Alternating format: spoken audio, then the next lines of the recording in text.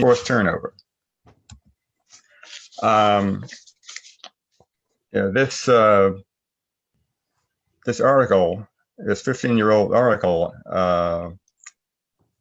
it really made an impression on me 15 years ago. It's a seed of that grew into this presentation. The ideas in it really struck a chord with me.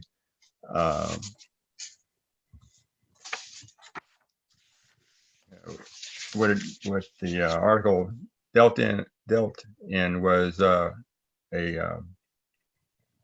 survey that Quality Progress and Metris Group did.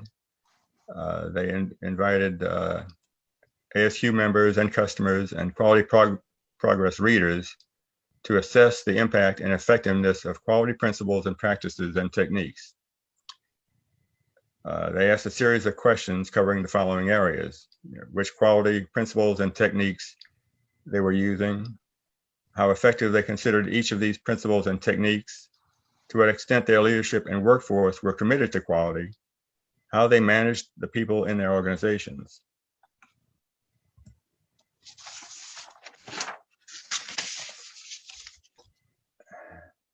What separates the best from the rest? Well, the survey found that the success of quality initiatives was unrelated to specific techniques or measures.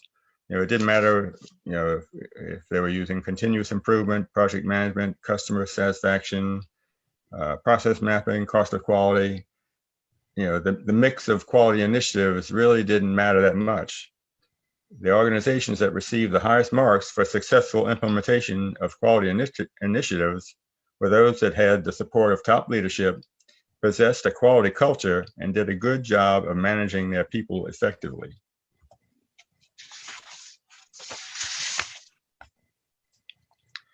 Those organizations that focused on employee engagement, developing the capabilities of individual employees, and creating a higher degree of alignment with the organizational strategies and priorities dramatically outperformed the competition.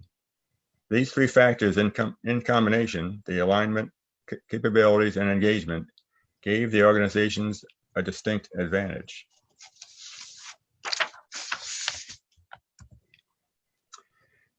Organizations which scored in the upper 25% of people equity had much higher success in their quality initiatives. In the orange bars, those were the organizations that had the top 25% in people equity, and the red bars were the bottom 25%. You can see that the higher level people equity organizations basically doubled the success of their initiatives compared to the lower scoring companies.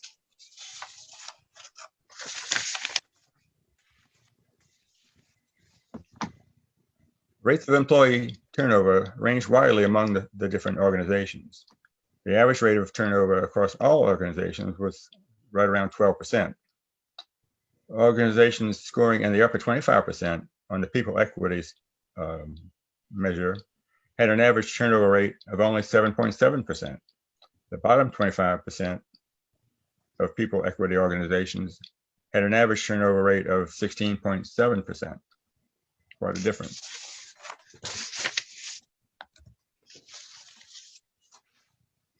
The authors also created a metric called Quality Index, which measures the extent to which employees incorporated quality principles and tools into their daily decision-making.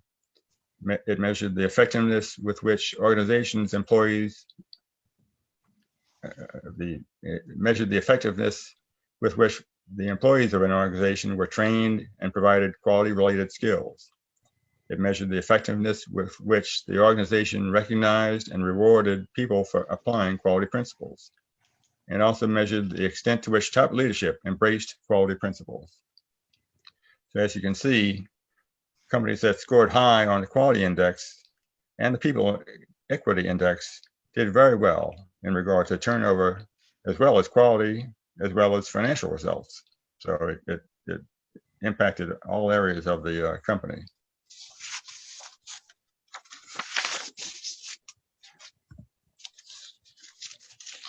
So how do we calculate employee turnover?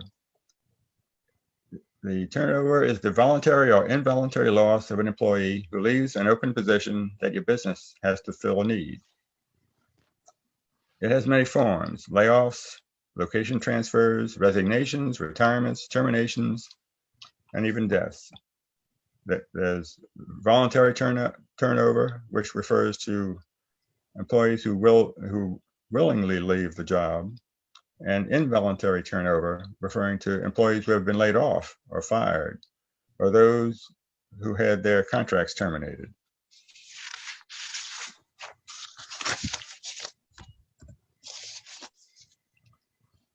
So how do we calculate the employee turnover rate? First, we determine the number of employees who left in the time period, including both voluntary and involuntary. We determine the number of employees at the beginning of the period, the number of employees at the end of the period, and the average. We average item 1, 2, and 3 to get the average number of employees. So we put that all into this formula and get the turnover rate. Now, when I worked at Sigma Coatings 15 years ago, we had a turnover rate of 25%, and that didn't even count the probational employees who came in from the rent-a-drunk employee agency that we. These people didn't last usually more than a few days. The managers were constantly training people instead of managing their departments. This is a hidden cost that's not tracked by the finance department. Have you ever had to go to Bridge House and look for your employees? To where? Bridge House. We used to do that at Dixie Machine downtown. I am not kidding you. Oh yeah, that could happen. Now, what are the different costs that can occur because of replacing employees? Well, first there are direct costs, such as the separation costs with regard to exit interviews, severance pay, and higher unemployment taxes. The cost to temporarily cover an employee's duties, such as overtime for other staff or maybe temporary staffing. Replacement costs, such as advertising, search and agency fees, screening applicants, including physicals or drug testing, interviewing and selecting candidates, doing background checks, verification, employment testing, hiring bonuses, and applicant travel and relocation costs. There's also training costs, such as orientation, classroom training, certifications, on-the-job training, uniforms, and informational literature. Now, the indirect costs, those could be lost productivity for the departing employee who may spend their last days just kind of goofing around and they have lower morale. Lost productivity due to the need to hire temporary employees, coping with a vacancy or giving additional work to other employees, costs incurred as the new employee learns his or her new job, including reduced quality, increased errors, and increased waste during the first few months of employment. It might take 6 months to reach full efficiency for that new employee. There's also reduced morale, which certainly can be a result of the third item up there, giving the extra work to the remaining employees. And also you could lose clients and lose institutional knowledge, which certainly can be a major issue.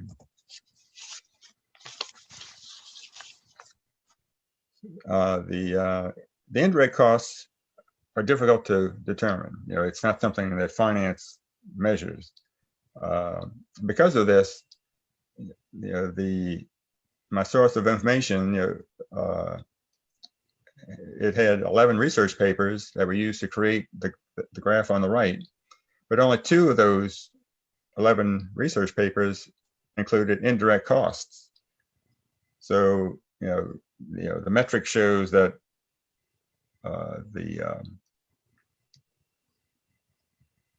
the cost of losing an employee might be 16 to 20% of their salary, but that's grossly understated because you're not dealing with the indirect costs that hardly anyone tracks.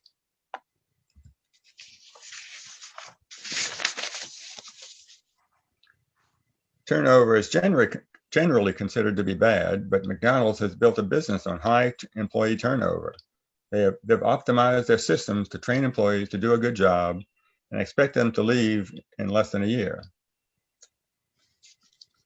They're good at training workers, but if a person with 6 months on the job is more effective, well, a person with 6 months on the job is still much more productive than someone in their first month of work.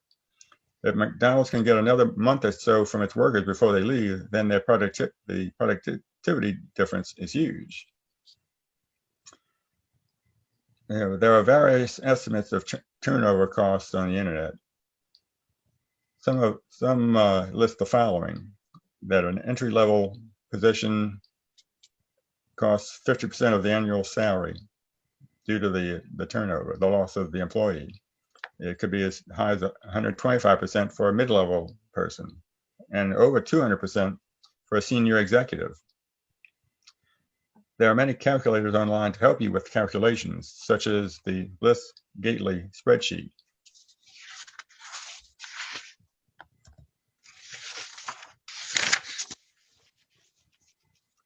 Less than 10% of organizations have planned to offset the departure of baby boomers and address the engagement of Generation X. When it comes to ranking their top turnover triggers, 38% of Generation X and 30% of millennial employees surveyed cited lack of career progress. Acting now by investing in the careers and development of these employees could be a way to retain them later. Also, organizational knowledge is not exclusive to leadership. Avoid the pitfall of only focusing on leadership. Tenured frontline staff in critical roles are as important or more important than the leaders in some organizations because they are the closest to the process and understand the work best. Organizational assessments should focus on these three levels of knowledge: top leaders, divisional leaders, and frontline leaders and staff. When I worked at the paint company, we had paint makers. It was a very dirty job. You're dealing with sticky resin. You're dealing with powdery, 50-pound bags of pigment powder. But you also needed a lot of skill and intelligence. And if you made a mistake and messed up a batch, that could be $15,000 of raw materials that you have to throw in the hazardous waste bin.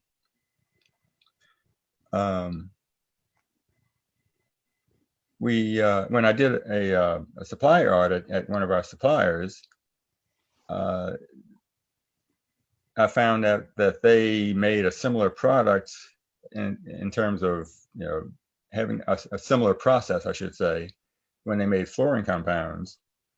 And they initially had 12 paint makers or batch makers, and they had a lot of errors and a lot of turnover. Well, what they did, they raised the pay by $5 an hour, and over time, they were able to keep the good paint makers, and actually they were able to reduce the number of paint makers from 12 down to 8. So in essence, they were having a lower payroll for that position, but also having fewer bad batches. So they were saving money all around. That's the kind of thing that companies have to look at. You've got to keep you have to pay your people well enough so they don't jump ship. There was a similar experience at Textron. The production managers always told me that the good welders, they could weld several times faster than the less experienced welders. HR would do a salary survey, and they'd try to stay competitive with the companies in the area. And I'd always challenge them and say, look, do we want to be average or do we want to be world class? if we want to keep our good employees, we have to pay them more. The welders, if they got a 50 cent an hour increase somewhere else, they'd jump ship and go work somewhere else.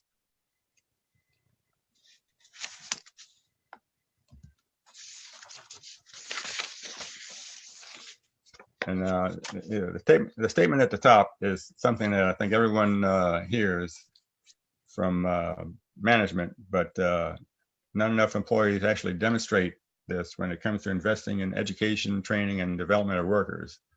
A company's most valuable asset is their employees. We've all heard it. In a letter sent on January 16th of 2018, Lawrence Fink, the chairman of BlackRock, he warned business leaders that profits aren't enough. He wrote, "Without a sense of purpose, no company, either public or private, can achieve its full potential. It will ultimately lose the license to operate from key stakeholders. It will succumb to short-term pressures to distribute earnings, and in the process, sacrifice investments in employee development, innovation, and capital expenditures that are necessary for long-term growth.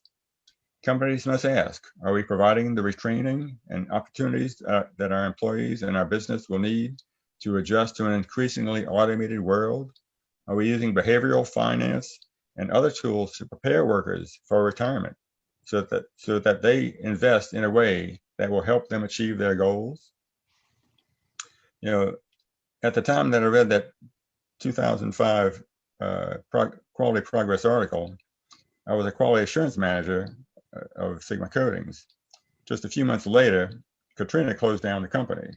So I didn't have a chance to really work and try to achieve some of these objectives.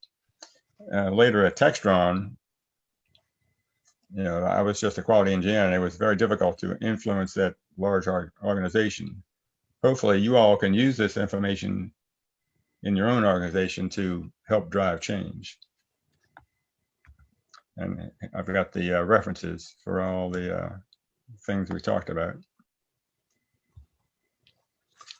Any questions? Yeah, Dan, I got one. I was thinking about you, the organizations that have a high people equity index was the term that you used. That was in the article. Yeah, that's in the article. Have a low turnover, employee turnover. The companies, organizations with a low people quality and equity index have a high. Does the quality index influence the turnover, or is it the other way around? The turnover might also influence the quality index. Yeah, I think it works hand in hand. Yeah. Going from Avondale to the attitude over there, I know we were brought up in New Orleans to look down on Mississippi, look down our noses at them, but the attitude from top management at Avondale was, we can get anybody, hit the door if you don't like it. Right. But I got to say, at Ingalls and Pascagoula, they really, there's a laser focus on engagement the last few years. And they even mentioned engagement too. And they have recognized for a long time what it takes to not only train somebody, but acclimate them into the employee culture. Right. And there's even high engaged, moderately engaged employees, disengaged employees. Some they're even a class, some of them as actively disengaged. Like they will undermine the company at every turn. There's only a couple of % of them, but they can do damage. Yeah. Those you need to just get rid of. And also they tend to lower the morale of people who are still there. Yeah.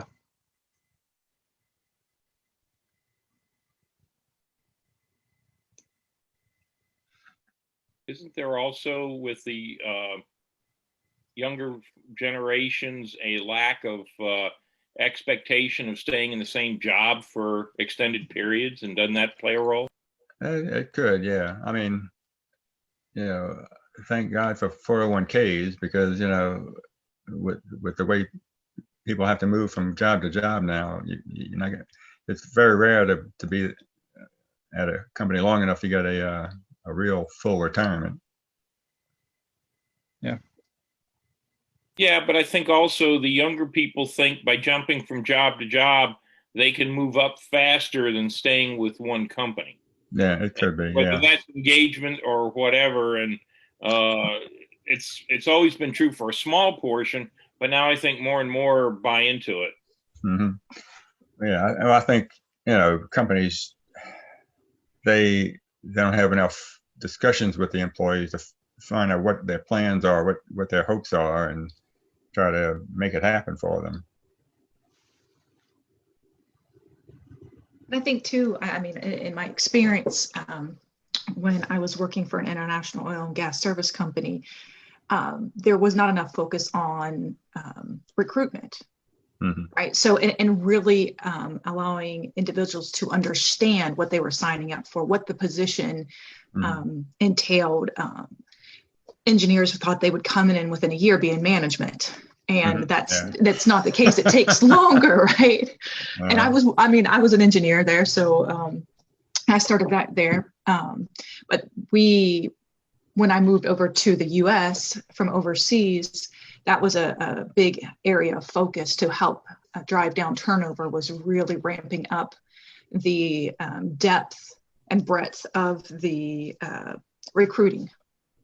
And really just giving it, we actually gave people an experience. We would go for a couple of days and give them an experience and take them to the field and let them truly kind of see what was going on there, and before bringing them on board, making a decision. Yeah. Hey, Dan, this is Jeff Smolik here. A point to quote unquote younger folks kind of hopping around jobs and such. Now I'm not as young as I think I am, but one thing that you mentioned, people equity, to me that kind of translates, it's an issue of respect in a way.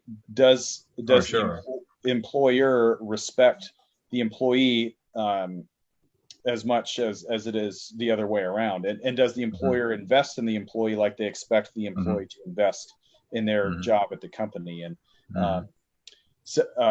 sometimes dependent upon the broader economic climate, companies are either unable or unwilling to sometimes invest in the employees like they could to build up some of that people equity. And I think that causes a lot of times people to look elsewhere.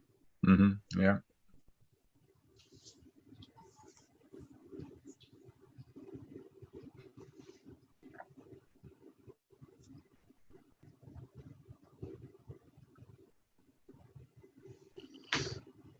Anybody have any other questions for Dan? Interesting presentation. I greatly enjoyed it. Very informative. Thank you, Dan. I have a comment, not necessarily a question, but this is Stacy. I attended a Edward Deming conference a couple of years back, and there was a company, Ada. Don't remember exactly what the full name, but they're out of Oklahoma, and they make the apple pies for McDonald's. And it's interesting that, Dan, you have in your presentation a reference to McDonald's, right? So it's a small company, and their turnover is very, very small. And one of the reasons they say that the turnover is small is because they do invest in their people. They provide training, and it's not only training for their jobs, but they allow their employees to go back to school for anything that they want to study. And the lady who was over HR, she was saying that's how they get their people to stay.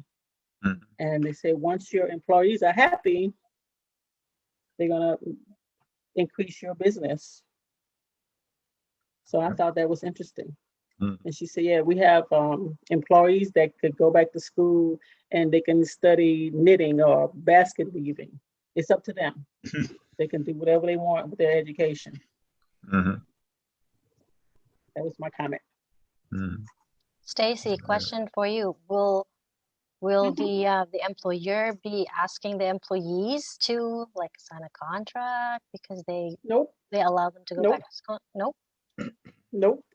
That is They said wonderful. that, right, that's what I'm saying. It was, to me, it was like, wow, that's great. She Mhm. said they don't make them sign anything. Like, most companies say if you go to, Right. they'll pay for your education, but you have to guarantee them that you're going to stay with them for a certain amount of time after you finish. But she said, no, they give them the freedom to take whatever they want. And because they don't have to sign an agreement, they tend to stay. So it's like a win-win. I think that's a They get great. happy employees. The employees therefore do better work at work. They're more productive. Yeah, and it also shows which employees are always wanting to learn new things, and certainly the environment of work today is you're not going to do the same thing for 30 years. So it's better to keep those people who are interested in learning, keep them in your company. Right.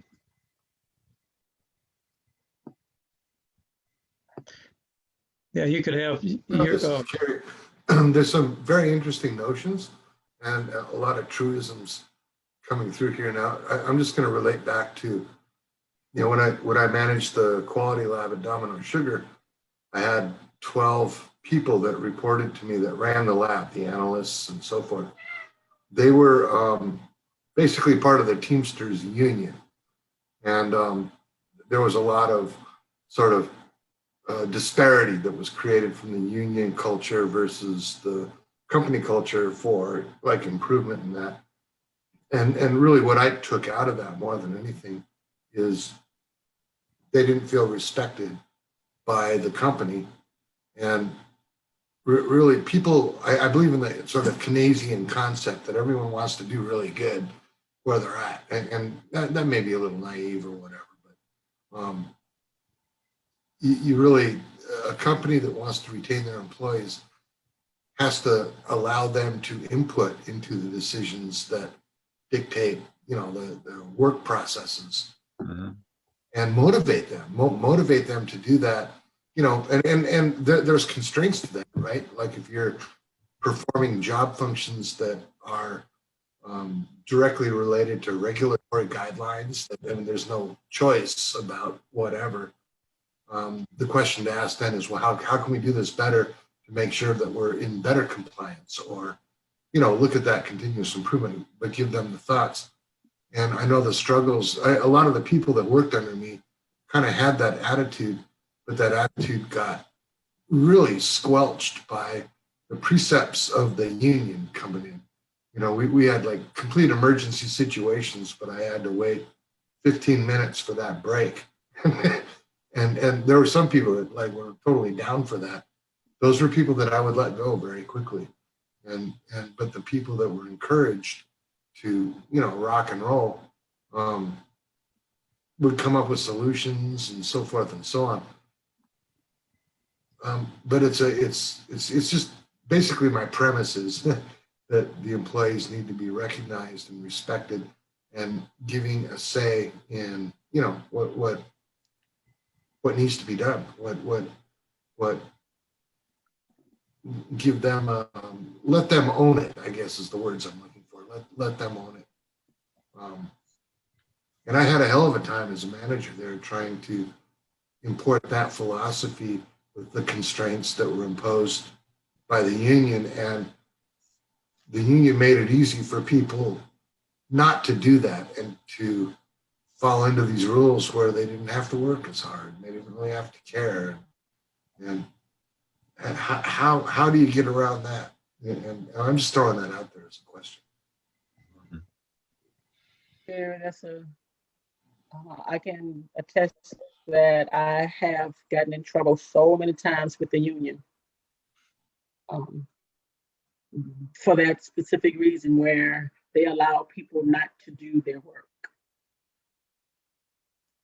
And I'm the one that needs to get the work done, so I'll do it. But Stacey, you can't. Yeah, so Yeah, I hear that. I spent 24 hours in that lab at times because of. Right. Yeah, companies are paid so much money because I would actually do the work. And like, well, Stacey, you got to stop. I'm like, okay, but it's hard. So yeah, that's a good question. How do you get around that? Mhm. Unions are not like they used to be. Yeah. But Dan, thank you for sharing this information. It's something it's something that we really need to think about as best we can, and really the onus of this and where the change comes is in the kind of information that Stacey can disseminate, like with her programs. And really, it's the upper management that needs to recognize that and recognize the respect in place. When I was at Domino Sugar, the manager I had when I quit there was Durwood, and in the meetings where we were talking about stuff, he would always refer to the operators and stuff as Joe Schmuck. That was his word for All right. out on the and that speaks volumes. And I spoke up. I was like, you really shouldn't refer to those people as Joe Schmuck, and that's probably why I don't work there anymore. But that whole kind of principle, that idea of respect and empowering people. I believe that almost is the driving force for that quality index you're talking. People give a damn. They're going to put their heart and soul into it if they feel that they're respected and they're actually contributing to a greater good. Right. I mean, if you're trying to improve quality and you go down and talk to the people on the production floor, they really they seize on that. So, oh wow, someone's finally listening to me. Exactly. Usually it's the first, the new guy comes into production and they have a whole lot of ideas, and no one ever listens to anything, so they just stop talking. It's like, okay, I will do whatever the hell you want, and we'll never improve. When I was a quality control and R&D director for the Duralast Corporation, and there was a lot of turnover on the production. I didn't necessarily change that, but when we were implementing a new QMS system that was more lean in its function, we succeeded greatly by letting the folks that were on the floor drive that train. And process improvements didn't come from the engineers sitting in their offices, in the upper stories of the building. Yeah. The most fundamental and functional changes came from this operator. It's like, well, I've been doing it this way, but I haven't been telling anyone about it, but it just works better for my productivity up. And when we did that switch, and like let the guys that are actually running the thing that maybe have for 25 years, same experience I had at SC Johnson for the Ziploc bags. The operators knew how to do the stuff, and they and as soon as somebody listened to them, boom, very significant shifts in cost to quality and those kind of metrics, right? And that's so important. It's so important. Otherwise you're just another company that, has this old school mentality, and people are going to leave. They're going to go find the places that offer them that degree of freedom to succeed. Right.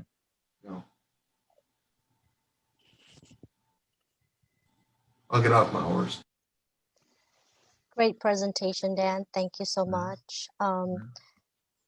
So if nobody else has questions or additional comments, I can move on to the next item on the agenda. Oh, by the way, for those of you who have RSVP with me, I have your names and email address on the list. We will be sending you with the certificate of attendance. I know some may not need them, but we would like to give it to you anyway because it's a proof of your attendance, right? And as for me, for example, I will need one for my CEQ. So Grace, who is our secretary, She'll be taking care of that certificate for you. So yeah, for those of you who did not RSVP with me, please let us know in the chat. All right, let me pull up my my presentation again.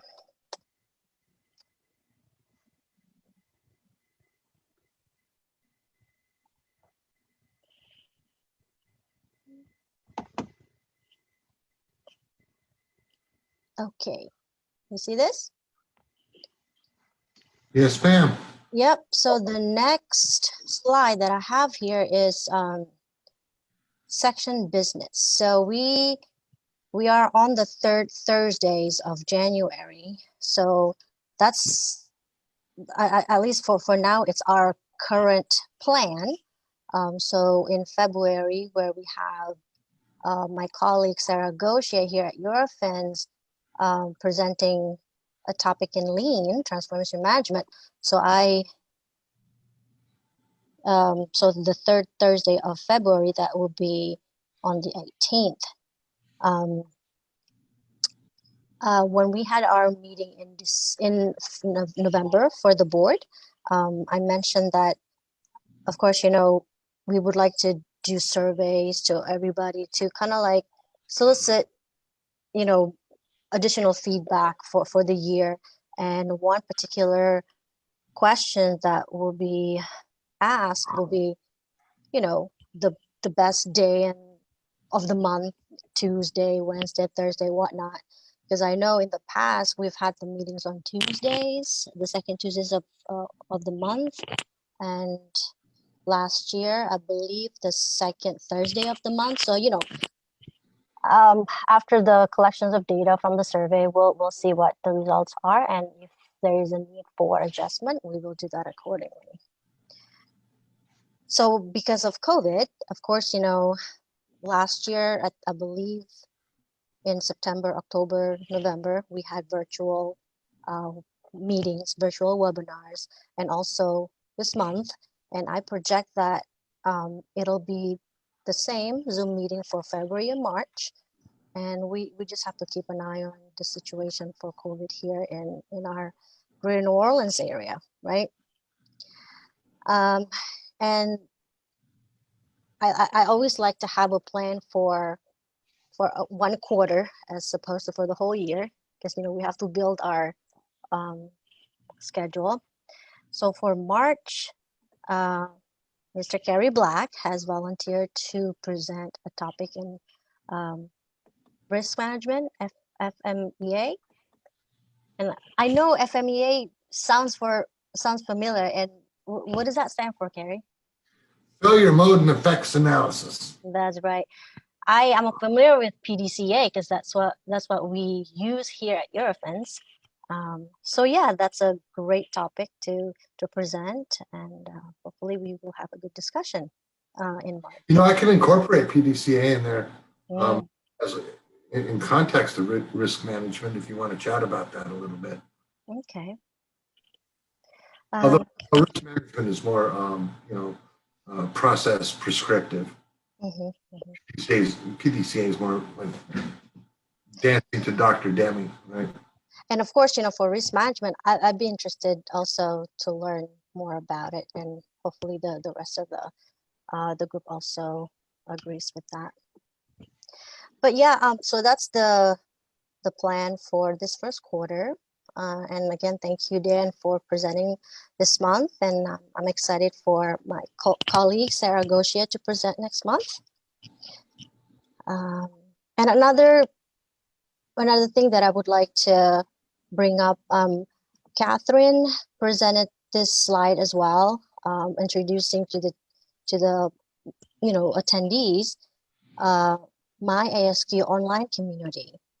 I think last year we have started using myASQ website for posting, our webinars, our meetings and such.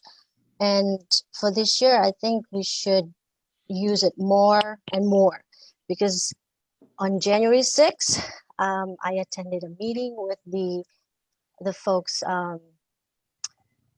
let me see, in the ASQ West South Central region, they talk about myASQ a lot because in myASQ, they have a lot of information that I initially didn't know that exists, and of course, as a new chair, I need to learn a lot, and knowing that myASQ provides, training materials, the information that I would need for me to do better, in running this organization. So I think we need to, I guess, activate our engagement and participation in myASQ. And I know some of you probably, have not, logged onto myASQ before. Is that right? Or most of you are familiar with it? Somewhat. Somewhat, okay. So myASQ, this is the site here. I actually have it on here. And if you go to my.asq.org home, you're gonna have to log in order for you to get to your section, which is, our section, New Orleans. You'll be able to view also upcoming events and resources from other sections as well. That's pretty cool. Yeah, let me try to log in here and you will see what it looks like. Oh, can you also attend other sections meetings remotely? I think so. That's what's happening right now. We have, I think, a couple of people, right, from Texas and then from Ohio. They, according to my understanding, they received the invitation from our email, but I'm not sure if they saw the posting on myASQ. Can somebody speak for that? The one that's from Texas and from Ohio?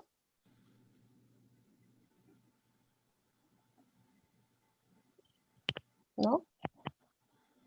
Yeah, this is Kathy. I did receive the invitation via email. Via email.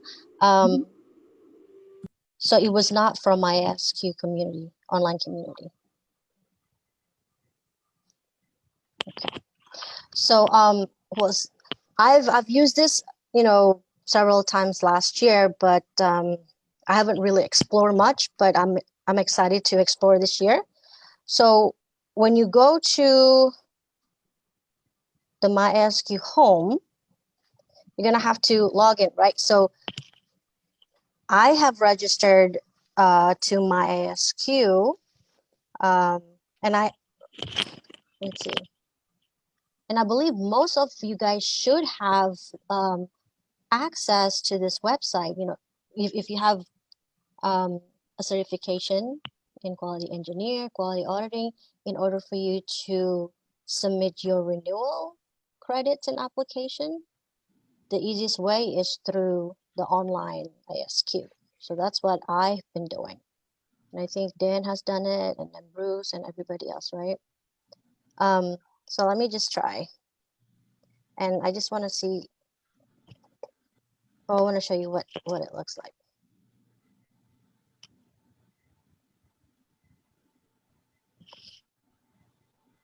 Oh, I have so many passwords. Where's the password? Yeah. Yeah. I know, right?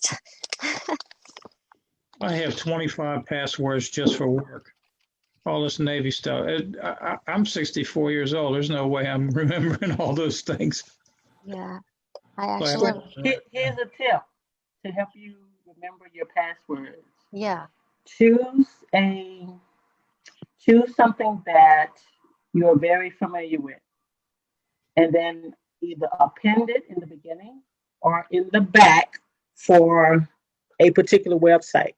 For instance, let's just say the root of our password is going to be the word password, and we want to log into ASQ. So the way I do it, I would have ASQ password as my password. Mm-hmm. They all So seem. wherever website you go to, password will be your root, and whatever website you put it either in the front or behind. That way you can remember, oh yeah, I'm at MSN, so my password for MSN is MSN password. So it's like hints, you know? Yeah. Help me. Yeah, Yes. that's a great idea, actually. That has helped me. Okay.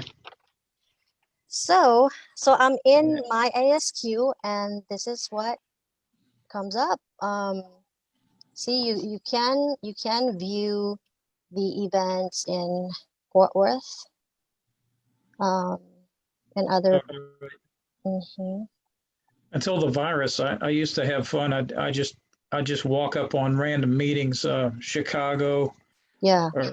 or Seattle, and just who are you? Well, saw it on a website, and here's my $30, and you know, it's better than sitting in a hotel at night with the clicker and letting your mind rot. You can go out and meet people and that kind of thing. Yeah. So St. Louis had a really robust section. They had 400 people at one of their meetings. Oh wow, that's a lot of people. It is. Some of those were spouses. It was like a pre-holiday thing, but even so, it was just mind-boggling compared to what we get. Well, these places are a lot bigger too than New Orleans is. So.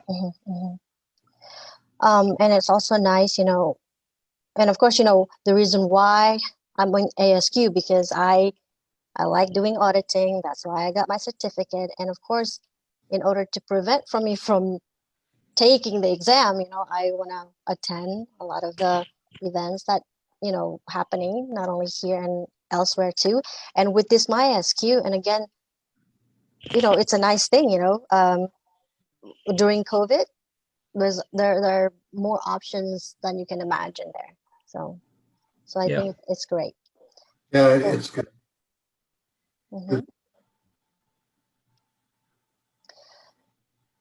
They also have sites where, you know, their careers within ASQ, and I wanted to go to under category here, member leader.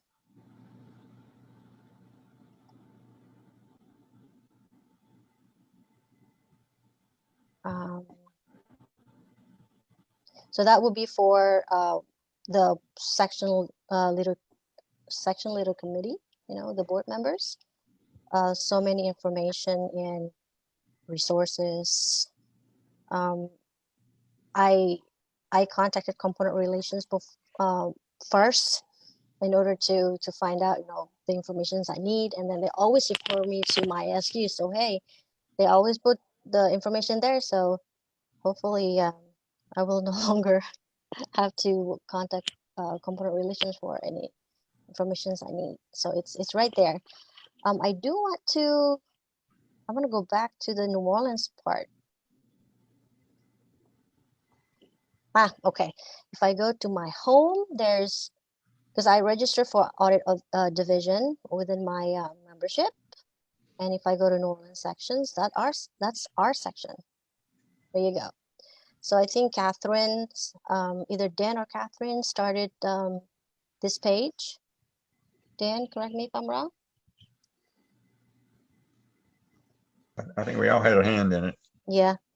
So so we work together to make sure that the information is up to date, and for posting of the events that we have, you know, meetings. We always try to have monthly meeting if possible.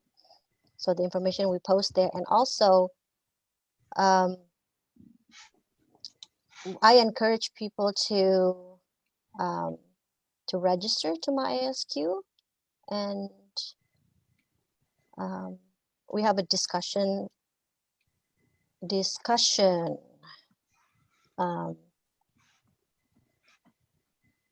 area here, and of course, you know, if you guys have a topic that you're interested in this discussing, of course, it'll invite other people to join in, to comment and provide additional feedback.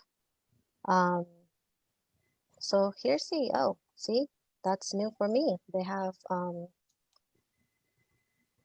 they have minutes there.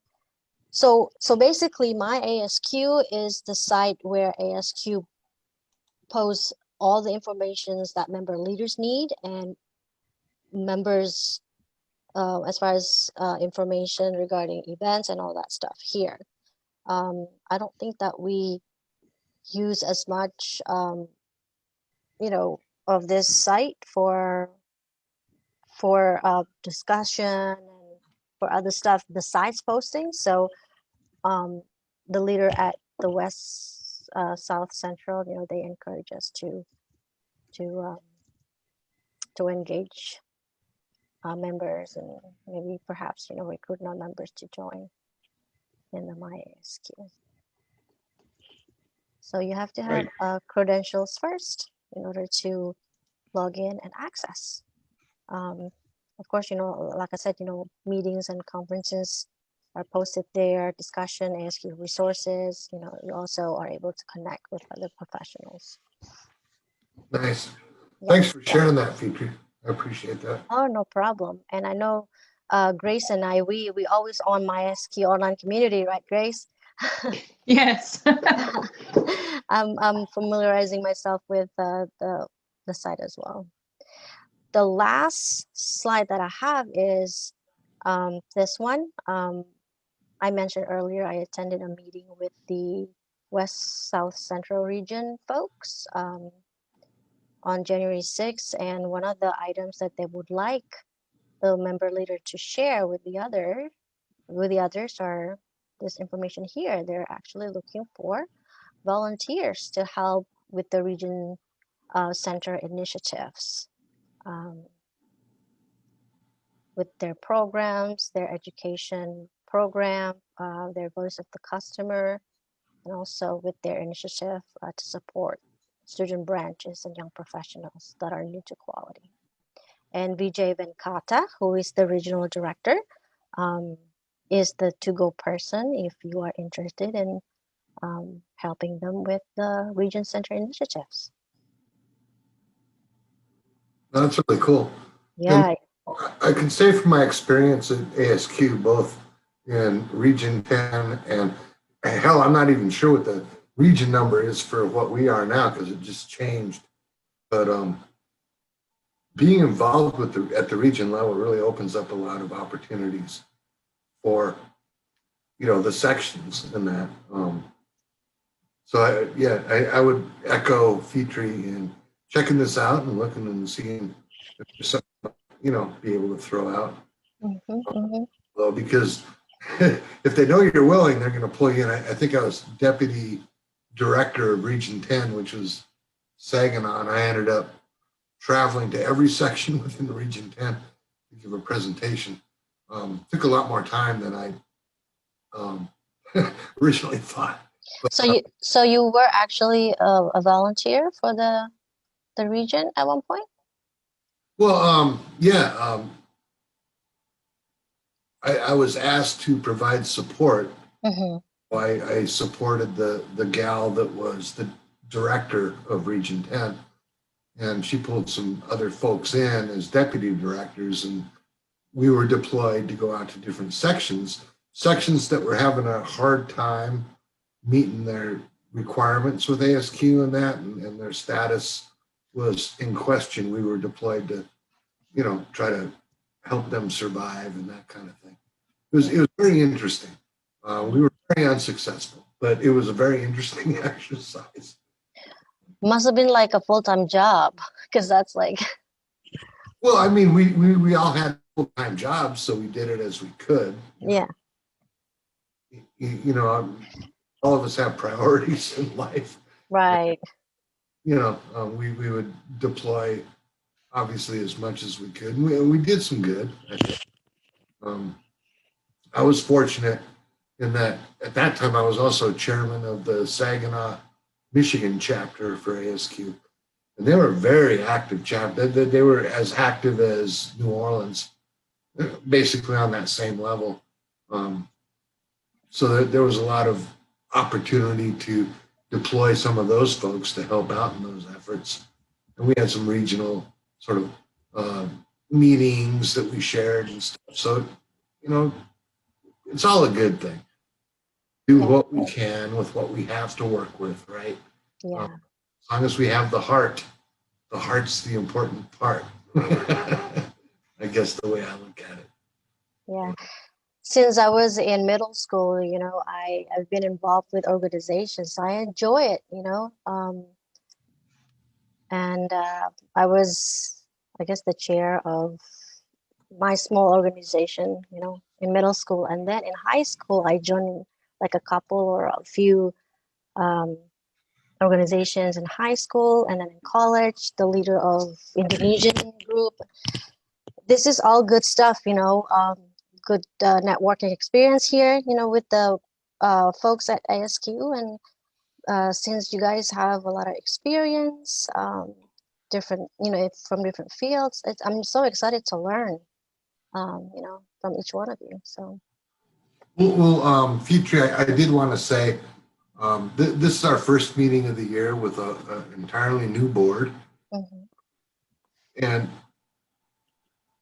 I'm really happy for all the participation that we have here. And I want to thank you personally for stepping up to chair. I know that you had some trepidations about that. And you've already demonstrated a propensity to rock and roll in that capacity. So off to you.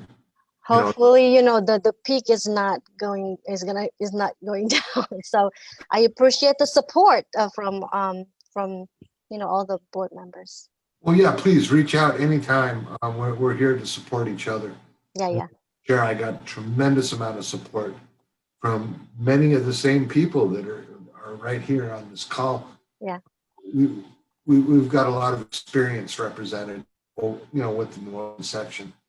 And a lot of very valuable, perceptive, and good stuff. Anyway, I wanted to let everyone know, I think the board that we have this year is very vibrant and very focused and very excited about really seeing what we can do. We've always been about expanding our membership, meeting the needs of our members. That's not going to change. We're just going to keep pushing that. And actually, this virtual thing is a really good thing because more people can actually participate. Yep. If I live in Chalmette and I have to drive all the way out to River Ridge to, do a meeting at Italian Pie or whatever the place is that was out there, I might not do it, because I don't feel like driving through New Orleans traffic. But, with this virtual thing, that's really a good thing. And I would further say that we really need to explore, even if we do start doing face-to-face meetings, also making those virtual and also including them in on a Zoom and that kind of thing, so that we can keep the, more people coming in from other states and other regional players and that. But yeah, our priests we've started going to church a few months ago in Algiers. Of course, the city has its own restrictions, but anyway, the priest he's doing a sermon and he's talking into a little iPhone. He's putting it out on Facebook. So there are people in the congregation and all over the place, Houston, Tampa, wherever they happen to be now. Oh, by the way, 5G, it's a global world, and we can do whatever we want, and we can have meetings in Taiwan if we want to. That's going to be a 12-hour time differential from our. Just a note, Mike was mentioning about Facebook. We do have an account for ASQ Facebook, so we also try to post our events and announcement and everything on Facebook also. So we try any media we can to publish and to advertise. Okay. Anyway, thank you, Fitri. You're doing a great job as a chair. You got off to a great start. Oh, thank you very much. Thank you, and thank you again for all these people on this list here. And again, thank you for the attendees tonight. Those who logged in from different states, and we really appreciate your attendance. And that was the end of my slides, and can't thank you guys enough. I think again, we had a great start, and hopefully we will have a good year, 2021. We're going to have an amazing Yes. year. Amazing year. Yes. Yay. And just make sure you guys stay safe, wash your hands and wear your mask. Yeah. And Don't hopefully, share your politics with anyone. yeah, that's a pretty sensitive topic. So yeah. All right, Fitri, thanks. Oh, thank you, everyone. Thank you, Mike. All right, you guys have a good night. All right, Good you night. too. You Bye-bye. too. Bye-bye. Bye.